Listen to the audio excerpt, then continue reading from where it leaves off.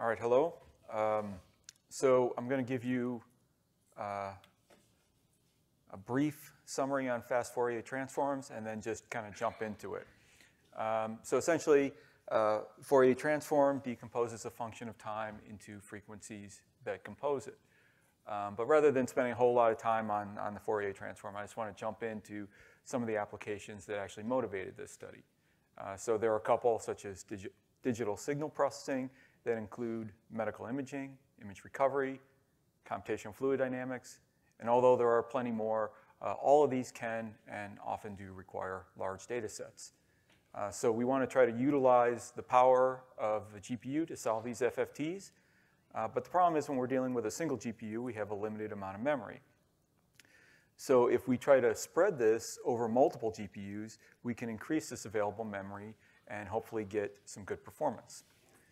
So the benchmarking that we're going to do is on multiple GPUs, but within a single node. So I'll be looking at some of the algorithms used there, as well as some of the CUDA functions. Now, these are going to require collective communication operations, and hence bandwidth and latency are going to be very, very strong factors in determining performance. So off to medical imaging. Obviously, it's important that that gets done correctly because it can result in a misdiagnosis. And I'm going to just touch on a couple of the different modalities. There are plenty more, and in fact, if some of you attended the talk yesterday afternoon, there was a whole session on ultrasonic imaging and some of the new modern techniques used there. So first off, ultrasonic imaging. We essentially create an image by firing off an ultrasonic pulse into an object.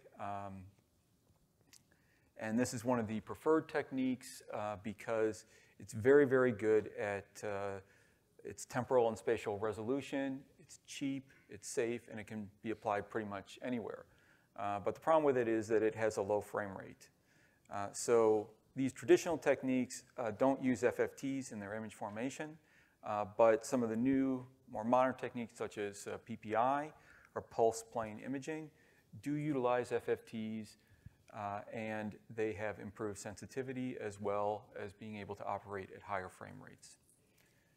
Computed tomography, or CT, or as its original name, computed axial tomography, or CAT, that modality tries to remove interfering objects from view by using Fourier reconstructions. Another modality, magnetic resonance imaging, or MRI, operates pretty much on the same principles as CT, but you're creating images from the proton density. So that reconstruction is done by an iterative, nonlinear inverse technique, which relies very, very heavily on FFTs. If we want to do MRIs in real time, then it requires very fast image reconstruction, and hence requires a lot of computing power. Now, all of these modalities have multidimensional requirements. So 2, 3, and 4D requirements are necessary. So traditional CT and MRI scans produce two-dimensional images, but we can be also looking at 3D static volumes, and that's done by combining multiple 2D scans.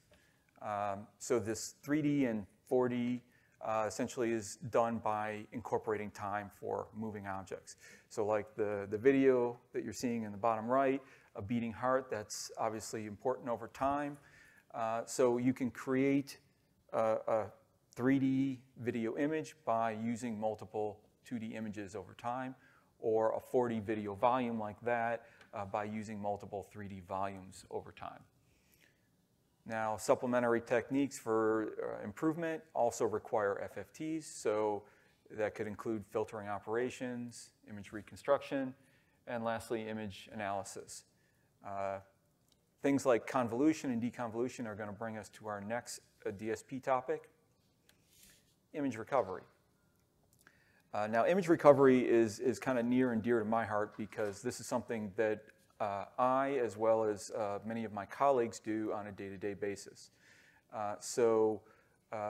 As mentioned earlier, I'm from the Maui High Performance Computing Center.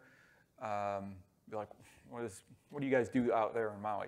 Well, we're co-located with the Maui Space Surveillance Site, which is essentially a cluster of telescopes that look at things in space. But the problem is when you're trying to do image processing, you're going to have to compensate for atmospheric turbulence. Now, some people say, well, what is atmospheric turbulence? If you look up at the stars at night and they appear to twinkle, the stars themselves are not really twinkling. What's happening is this atmospheric turbulence is creating these little refractions, and because these stars are so far away, it becomes meaningful and makes the star appear as if it's twinkling. But that's also the same reason when you're looking at a planet that's a lot closer, these little refractions don't have as much of an importance, and the planets, of course, don't appear to twinkle. So how do we deal with that? So we're going to try to compensate for atmospheric turbulence using two techniques. First one is adaptive optics, and that's where we're actually deforming a mirror to try to compensate for it in real time. And it's very effective. However, it cannot completely remove all of the effects. So we're going to have to rely on a form of post-processing.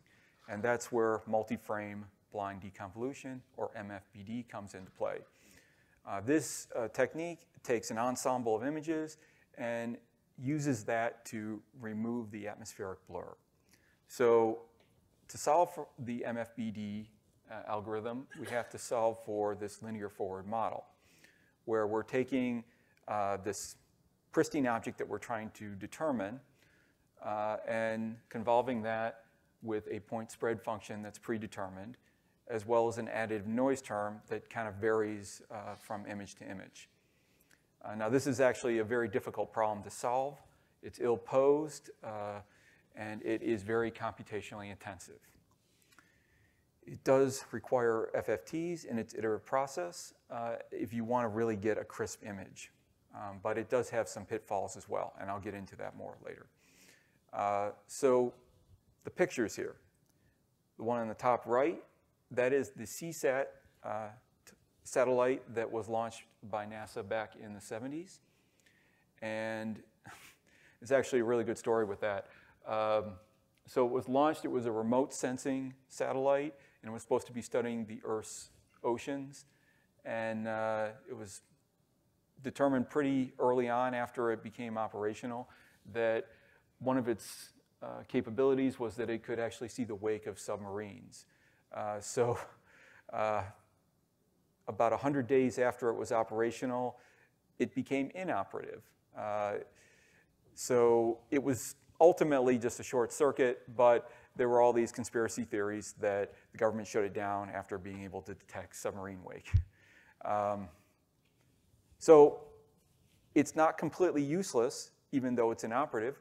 We're actually using it to kind of tune our model, or the MFBD. So if you look at the pictures on the bottom, the one on the left is the raw data from the telescope. So obviously that's very blurry, it's hard to make out any details, not too useful. When you go and process it through, or not process it, when you run it through adaptive optics, you can see it gets a much crisper image in the middle. And then if you further post-process it with the MFBD algorithm, you get a much crisper image, much more usable. Now, to further explain MFBD, it's a family of different products. So we are now using something called the physically constrained image deconvolution, or PCID algorithm. And this is a really effective MFBD. And it has been parallelized using MPI so that it can produce restorations very quickly. But we are right now in process of producing a GPUized version. Hopefully it'll be ready by the end of the year. So again, to explain what you're seeing here, the picture in the top right, this is the Fermi Gamma Ray Space Telescope, another NASA telescope launched back in 2008. And the video clip you're seeing here, this is the ensemble of images. So the one on the left is the raw data. So again, very blurry, hard to make out anything. And then the one in the middle is the MFBD technique that I mentioned on the previous page. And the one on the far right is PSID. So that produces even a crisper image and in much less time. So the last application I'd like to talk about has to do with computational fluid dynamics. So obviously, if you're trying to solve for direct numerical simulation, there are lots of techniques. Some of the traditional ones are finite difference, finite element, and finite volume methods. But I want to talk about pseudo-spectral methods because essentially we're solving in spectral space using FFTs. So when we're trying to solve for high-resolution turbulence, we're going to be requiring a lot of computational resources. Now, in that process, a large percentage of the time is going to be spent on these forward and inverse Fourier transforms. But unfortunately, it doesn't often result in a lot of performance because of extensive communication costs. So if we had a system that had higher bandwidth and lower latency, we could get a lot more out of it. So there are a wide variety of CFD codes that utilize GPUs. Yesterday afternoon, there was a talk, NASA's Fun3D. There's Terang, talk yesterday morning, Ultrafluid X. They all utilize GPUs effectively. And just so you know what the pictures are, the one on the top right is a mixing layer, and the one on the bottom right is flow around a telescope. So how are we going to go about benchmarking these multi-GPU FFTs? So first off, we want to represent a large problem that we cannot fit just into a single GPU. So we chose single precision, complex to complex in-place transforms so that we could stay consistent throughout all of our testing. And C to C was chosen because it's considered more performant than real to complex. And we chose in place because it reduces the memory footprint and hence it requires less bandwidth. Now, when we distribute this large FFT across multiple GPUs, there's going to be communication required when we're spreading out the data and, as well as returning it. And there's going to be a significant amount of collective communication operations required.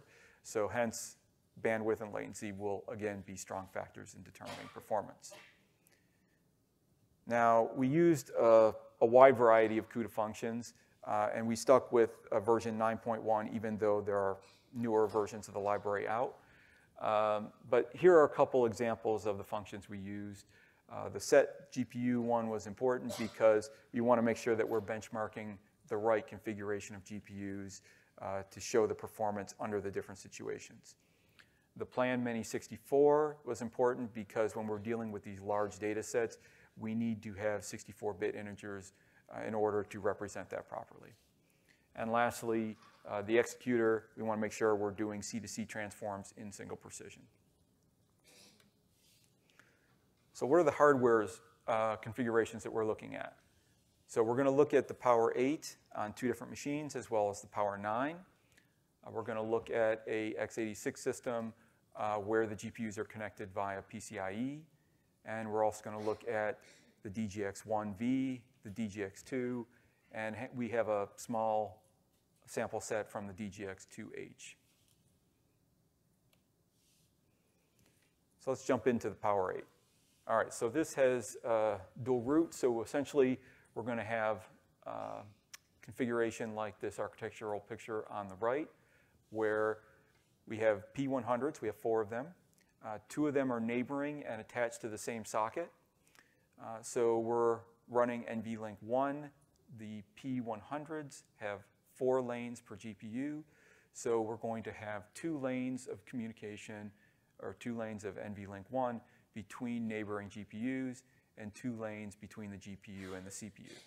But in cases where we want one GPU attached to a socket to talk to the other GPU on a different socket, it's going to have to pass information down to the CPU, across the X bus, and this, of course, is going to incur additional communication costs. And lastly, as a reference point, we used a Power AI switch so that we could up the clock speed a little bit on the P100. But because this problem is a little more dependent upon bandwidth and latency, it's not going to make that significant a factor. So the Power9. Now, it has a very similar configuration to the Power8, but now we're looking at V100s. So the picture you see here is the 4 GPU case. Again, now the V100s, they have 6 lanes of NVLink 2. So in this configuration here with 4 GPUs, essentially you have 3 lanes of communication between each neighboring GPU and 3 lanes between the GPU and the attached socket. But again, the same problem. When you want non-adjacent GPUs to talk to each other, they're going to have to pass information to the CPU and through the XBus. The DGX-1V, it has 8 V100s, and they are set up to use the hybrid cube mesh topology. So that has advantages and disadvantages. So for the most part, you're going to have neighboring GPUs be able to communicate directly with 2 lanes, but there are some cases where they only have 1 lane. And then there are cases where GPUs on non-attached sockets are going to have a single lane for communication, or they're going to have to do 2 hops to ultimately get to the GPU that they're intending to talk to. Now, in addition to having NVLink connectivity, they also have PCIe, which we are going to test. Now, the DGX2 and 2H, they have 16 V100s, and they're connected via NV switch. So there's going to be a lot less overhead here, and it has full connectivity between all 16 of the GPUs. But you will have cases where GPUs on one side of the switch will only have to pass through 1 switch, and then when they want to talk to GPUs on the other side, they'll have to pass through 2 switches, which will have a little bit of latency addition. So for our performance study, we're going to look at the power series, so the P8s and the P9s, and we're going to run different cases from 64 cubed elements out to 1280 cubed elements. And we're going to have a variety of different cases. So we're going to test the single GPU performance when we have 2 GPUs attached to the same socket, so they have direct NVLink connectivity, and then 2 GPUs that are attached to different sockets. And then, of course, the 4 GPU case. For the x86-based systems, we're going to test cases from 64 cubed elements, but we're going to be able to go out to 2048 because now we have more memory available with the 8 and 16 GPU cases or systems. We're going to be testing PCIe connected systems, and that'll go out to 4 GPUs. We'll test the 1V for NVLink hybrid mesh cube topology, as well as PCIe performance from 1 to 8 GPUs, and the DGX2 and 2H from 1 to 16 GPUs. Now for the P8 study, again, you've got a little reminder of the architecture on the top right there. And these 2 charts are showing the performance for 2 different separate P8s. You've got the system Hokulea, which sits at MHPCC, and then you've got the system Ray at Livermore on the right. So for the single GPU case, that's the blue line, you can see that it scales out to a certain point and then performance drops off. And it obviously can only go out to a certain problem size because of its memory restriction. But when we look at the 2 GPU case for 2 neighboring GPUs, that's the red line, you can see that it scales out a little further and can be able to process a larger FFT because of its additional memory. But when we look at the case where we have 2 GPUs that are not attached to the same socket, that's the purple line. You see the performance kind of drop off because now you're limited to the bandwidth of the XBus. And the 4 GPU case has got the same problem. They have to go through the XBus, and it's kind of limited there, even though with the additional memory of being able to go out to a larger problem size. Now for the P9, it's going to be similar results. And I'm going to apologize up front. I wasn't able to get the summit results together for this talk, so I don't have results from the 6 GPU case. So what you'll see here is the P9 Sierra at Livermore on the left, and then I've just kind of got a reference graph on the right of the P8 Performance just to show you that the P9 with the V100s and the NVLink 2 is able to achieve a little better performance. But remember that these are still 16 gigabyte V100s, not the 32 gigabyte. So they're pretty much under the same restriction on how big an FFT they can solve. So again, like I said, very similar performance, but they do a little bit better in terms of scaling because of their speed and the bandwidth between the connectivity of the GPUs. Now, when we look at the x86 system, where all the GPUs are connected via PCIe, we're now using V100s that are 32 gig, but they're connected via the Gen 3 x16 PCIe, not using NVLink. And as you can see here from the performance graph, or lack of performance graph, it doesn't scale well because essentially the PCIe bus gets saturated. And you're also limited by the QPI in this dual root situation.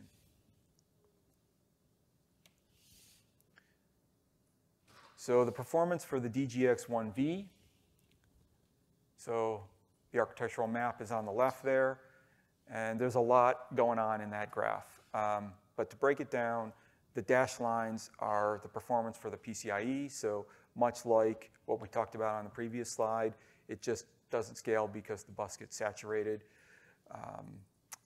Now when we look at NVLink 2 for connectivity, you can see from the blue squiggly line in the middle, it starts to scale out and then kind of has this dip. And after talking with the developer, it turns out that's an unoptimized path and that they're working on fixing that for future versions of CUDA. And as I mentioned before, I used 9.1 for consistency, and I'm sure that's fixed by now because we're into 10 point something. For the 2 GPU case, that's the red line, gets a little better performance. Again, a little better performance when you go out to 4 GPUs. But then you see this drop when you go out to 8. And that is primarily because of the additional overhead of the hybrid mesh cube topology. So now you've got cases where there's only a single lane or multi-hop to perform communication operations. So here's the DGX2. This is a case where you've got the architectural map up top, and then I'm going to explain this graph that has a lot going on. Again, for the dashed lines, you've got PCIe only, and it, again, doesn't scale very well because the bus gets saturated. And then the blue line on the bottom is a single GPU performance. And then as you use more GPUs, you see it gets better and better performance with those little dips about potentially unoptimized path in the cuFFT library. But again, I haven't tested this with newer versions of CUDA, so that may be resolved already. So just to give you a comparison between the different DGX systems, as you can see from this chart with the purple bars as the DGX-1V, the hash bars as the DGX-2, and then the solid green bars as the DGX-2H, that they all get very similar performance for 1, 2, and 4 GPU cases, with the DGX-2H getting I don't know, about 10 to 15% better performance because the GPUs are a little higher powered. But again, when we go out to 8 GPUs, that's where the overhead associated with the hybrid mesh topology hurts the DGX-1V. So just to kind of give you an overview for the performance of all the systems tested, you can see every single one on this chart. And if we start by looking at the P100s, you can see that Hokulea and Ray, they get a certain level of performance. And I was a little surprised that they were different, but ultimately that difference turned out to be the fact that they didn't have the same drivers installed for the GPUs. They were a little bit behind. And that's probably why we have a little drop in performance there. When we go out to the 2 V100 case, now we're looking at the DGX-1V and DGX-2. Again, similar performance. For the case where we're running 4 GPUs, we've now this is showing you the P100s as well as the V100s. You can see that the PCIe connected performs the least because obviously the bus gets saturated, and then the Power 8s do a little better even with the P100s. And the DGX 1V and 2 do significantly better. As for the DGX 1V and DGX 2 using 8 GPUs, even better performance for the DGX 2, but then the DGX 1 again suffers from the overhead with the hybrid mesh cube topology. And lastly, the DGX 2 can scale out to 16 GPUs.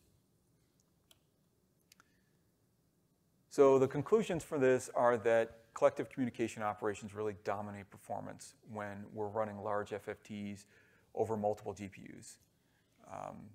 So essentially, the results are highly dependent upon the architecture's underlying bandwidth and latency.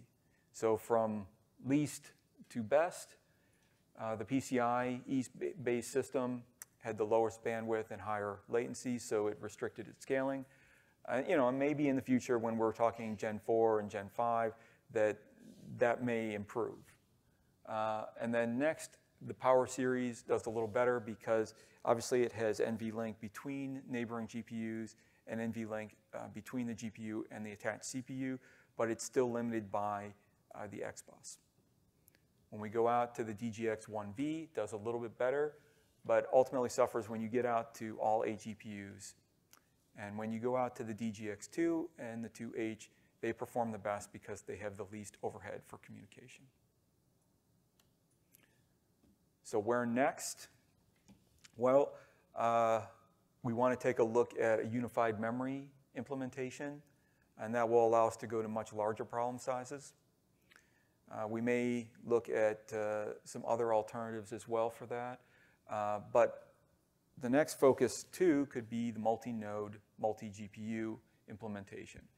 The problem with that is that now you're probably going to be limited by the communication between nodes as that being the bottleneck. Although, as you saw in some earlier talks today, as well as the Dolphin exhibitor on the floor, there are PCIe switches that can connect nodes.